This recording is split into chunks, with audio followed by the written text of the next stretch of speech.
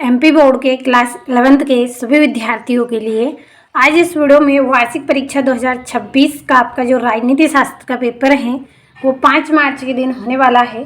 5 मार्च के दिन यदि आप एग्ज़ाम में अच्छे अंक प्राप्त करना चाहते हैं तो मैं आपको 6 सेटों के माध्यम से पूरे क्वेश्चन बताऊंगी 5 मार्च के लिए। तो जिन बच्चों को अच्छे अंक चाहिए वो 6 सेटों को कंप्लीट करें। आप भी जानते हैं एक सेट में पूरे क्वेश्चन मैं आपको नहीं दे सकती हूँ, इसलिए मैंने 6 सेटों में आपके प्रश्नों को बांटा है।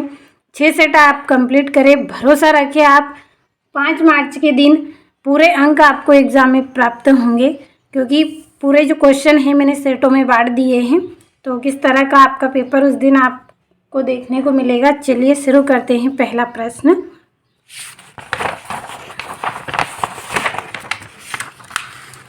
तो यहाँ से ये आपका सही विकल्प है। पहला प्रश्न सही विकल्प चुनिए। पहला रहेगा सामाजिक जीवन की मूलभूत आवश्यकता है। सामाजिक जीवन की जो मूलभूत आवश्यकता है वो क्या रहेगी? तो इसकी जो आवश्यकता रहेगी अधिकार। मूलभूत आवश्यकता क्या रहेगी? अधिकार रहेगा। दूसरा है 1976 में मौलिक कर्तव्यों को किस संविधान द्वारा जोड़ा गया है? तो 42वां संविधान के द्वारा जोड़ा गया है। अगला है जाति एवं रंगभेद विरोधी आंदोलन किस समानता की मांग करता है? तो ये सामाजिक समानता की मांग करता है। चौथा है सामाजिक न्याय की स्थापना हेतु भारतीय संविधान के किस अनुच्छेद में छुआछूत को अपराध घोषित किया गया है? तो किस में घोषित किया गया है? अनुच्छेद 17 में। अगला है भारतीय संविधान अंतिम रूप से कब पारित किया गया है? तो भारतीय संविधान 26 नवंबर 1949 को पारित किया है। और छठा है हिंद स्वराज पुस्तक के लेखक हैं। तो इस पुस्तक के लेखक कौन हैं? महात्मा गांधी हैं। तो आप भरोसा रखें, पूरे रियल क्वेश्चन मैं आपको बता रही हूँ, कंप्लीट अच्छे से करिएगा आप सभी को। यहाँ से इंग्लिश मीडियम वाले बच्चों के लिए टिक करेंगे। तो पहले का डी, दूसरे का ए, तीसरे का ए, चौथे का आपका इसमें रहेगा बी, और 5वें प्रश्न का आपका इसमें रहेगा सी वाला, और छठे का रहेगा ए वाला। तो देखिए सेटों में प्रश्नों को बांटा है। जिन बच्चों को अच्छे अंक चाहिए वो पूरा जितने भी सेट में आपको 6 सेट दूंगी, 6 सेटों को कंप्लीट करें और अच्छे से मेहनत आप करें। मेहनत करेंगे तभी आपको अंक मिलेंगे। मैं भी आपके लिए मेहनत कर रही हूँ, तो आप भी करिए। चलिए जल्दी से अगला प्रश्न पढ़ेंगे। दूसरा आपका प्रश्न है रिक्त स्थान की पूर्ति कीजिए। पहला है राज्यसभा एक डेढ़ सदन है, तो कैसी है? ये स्थायी है। राज्यसभा एक स्थायी सदन है। दूसरा है नेल्सन मंडेला की आत्मकथा का शीर्षक डेढ़ है, तो लॉन्ग वॉक टू फ्रीडम।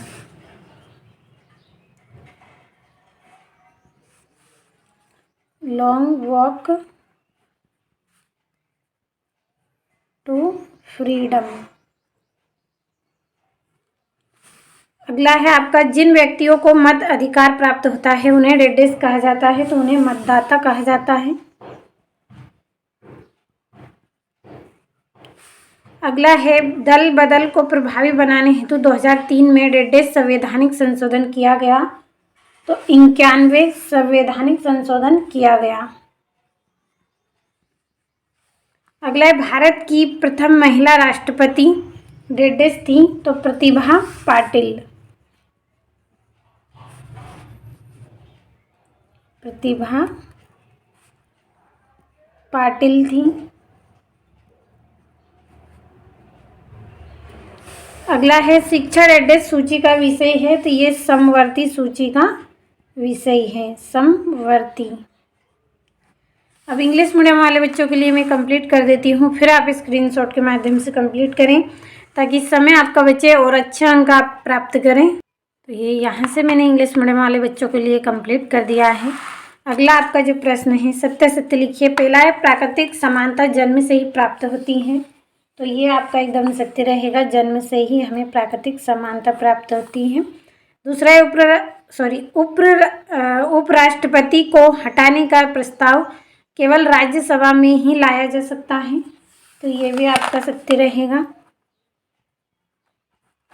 अगला है 10 दिसंबर 1950 को संयुक्त राष्ट्र की सामान्य सभा ने मानव अधिकारों की सार्वभौमिक घोषणा को स्वीकार करके और लागू किया। तो ये आपका यहाँ पे असत्य रहेगा। असत्य आपका यहाँ से किस कारण से, जो यहाँ पे सन दिया गया है वो आपका सन गलत है। 1948 आपका यहाँ पे राइट है। अगला है भारतीय संविधान एकीकृत न्यायिक व्यवस्था की स्थापना करता है। तो ये आपका इसमें सत्य रहेगा। अगला आपका प्रश्न है, स्वतंत्रता हमारा जन्म सिद्ध अधिकार है, यह कथन बाल गंगाधर तिलक का है। तो यहाँ आपका जो प्रश्न है ये आपका यहाँ पे क्या रहेगा, सत्य रहेगा।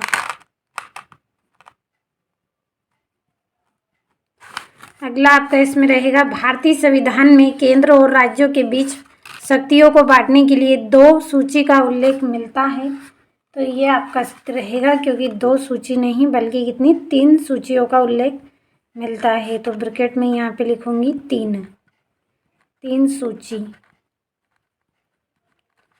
और इंग्लिश मीडियम वाले बच्चों के लिए मैंने कंप्लीट कर दिया है।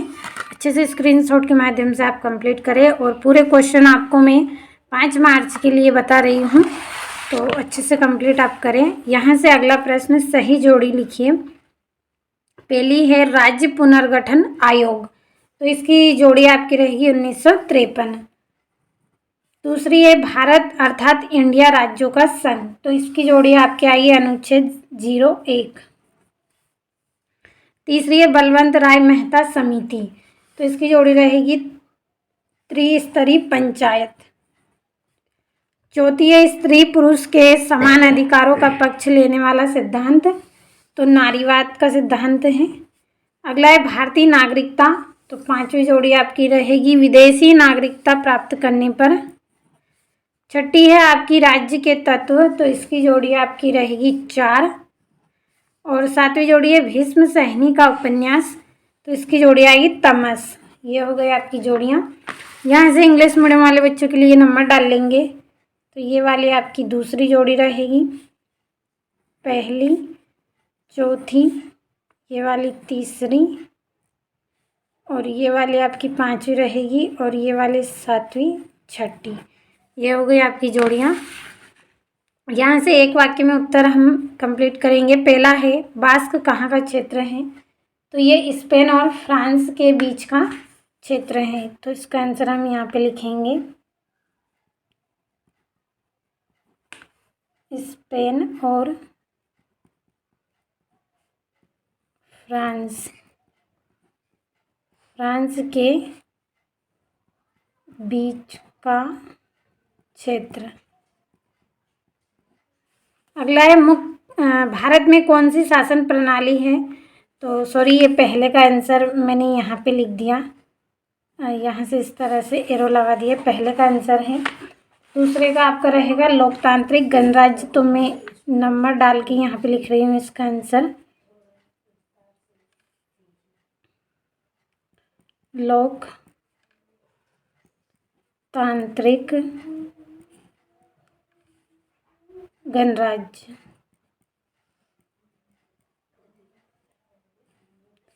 अगला है मुख्य चुनाव आयुक्त की नियुक्ति कौन करता है, तो राष्ट्रपति करता है, राष्ट्रपति। अगला है भारतीय संविधान की प्रस्तावना में पंथ निरपेक्ष शब्द कब और कौन से संविधान संशोधन द्वारा जोड़ा गया है, तो यहाँ आपका यहाँ पे हम इसका आंसर लिखेंगे 1976 में 42वें संविधान संशोधन में जोड़ा है।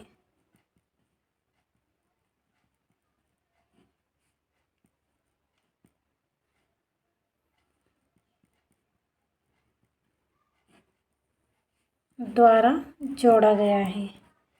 अगला है आपका हानि सिद्धांत का प्रतिपादन किसने कौन सी पुस्तक में किया है, तो इसका आंसर आपका रहेगा जॉन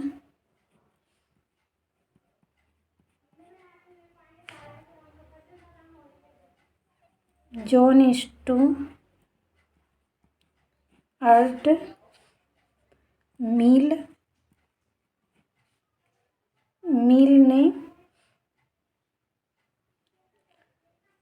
ने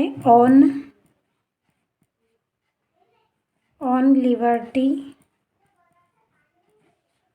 लिबर्टी पुस्तक में किया।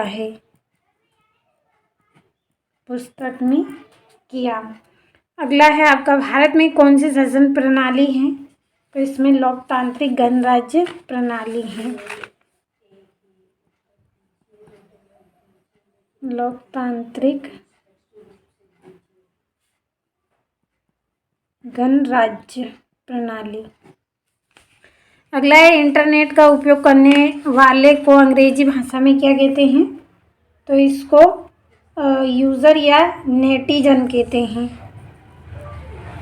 तो यूज़र यहाँ पे मैंने लिख दिया है। कंप्लीट अच्छे से करें और इंग्लिश मीडियम वाले बच्चों के लिए मैं भर देती हूँ, फिर आप स्क्रीनशॉट के माध्यम से कंप्लीट करें। तो ये यहाँ से मैंने सभी को कंप्लीट कर दिया है, स्क्रीनशॉट के माध्यम से आप कंप्लीट करें। अब चलिए हमारा जो छठा प्रश्न है, तो यहाँ से आपका छठा प्रश्न रहेगा, संघवाद का अर्थ लिखिए। 7वें में राजनीतिक अधिकार लिखिए कोई 2। 8वें में भारतीय संविधान का राजनीतिक दर्शन क्या है? 9वें में नाम मात्र की कार्यपालिका किसे कहते हैं? 10वें में धर्मनिरपेक्षता किसे कहते हैं? और 11वें में आपको जनहित याचिका क्या है? और सर्वोच्च न्यायालय के न्यायाधीशों की 2 योग्यता आपको करनी है।